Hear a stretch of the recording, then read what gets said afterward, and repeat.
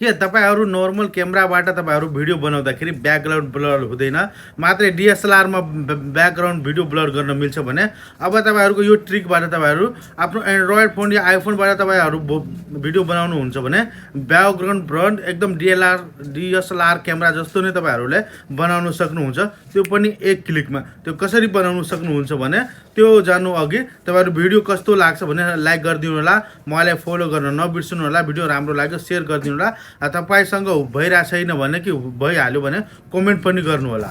अनि तपाईहरु video blur गर्न लागि तपाईहरु सबैभन्दा पहिला के गर्नुपर्छ, तपाईहरु आफ्नो प्ले स्टोर खोलिहाल्नुस्।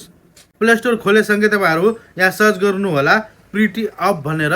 प्रिटी अप भन्ने एप तपाईहरुले डाउनलोड गर्नुपर्छ।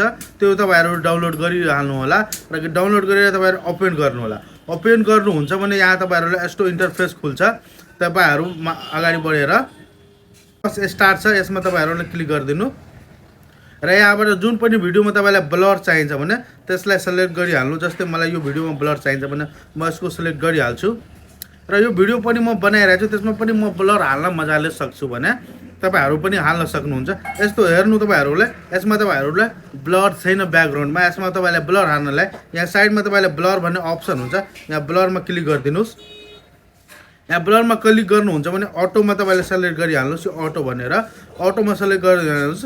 मार्क्स ब्लर जो अटोमा छ, अटोमा ब्लर सिलेक्ट गरिहाल्नुस् र यसको तपाईको पछाडिको ब्याकग्राउन्ड हाई र लो राख्न सक्नुहुन्छ। त्यसको लागि तपाईँ ब्लर टाइपमा गइहाल्नुस् र यहाँ तपाईले गेसियन भन्ने एउटा अप्सन हुन्छ, गेसियनमा क्लिक गरिदिनुस् र यहाँबाट तपाईको यसको ब्लरको इन्टेन्सिटी तपाईले मिलाएर राख्न सक्नुहुन्छ। जस्तै तपाईले हेर्न सक्नुहुन्छ यसरी तपाईहरु ब्लरको इन्टेन्सिटी तपाईले के कस्तो चाहिन्छ सबै मिलाएर तपाईले राख्दा हुन्छ।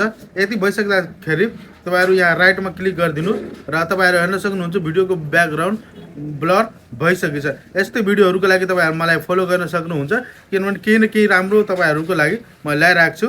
र तपाईहरु झन् तपाईहरु जब कि रिल र कुनै भिडियो क्रिएटर हुनुहुन्छ भने ब्याकग्राउन्ड ब्लर वाला भिडियो तपाईहरु सोशल मिडियामा अपलोड गर्नुहुन्छ भने त्यो एकदमै निकै नै भाइरल हुन्छ। त्यस्तै भिडियोहरु बनाउनको लागि यो भिडियो फुल वाच गर्नु होला र भिडियो कस्तो लाग्यो शेयर पनि गरिदिनु होला।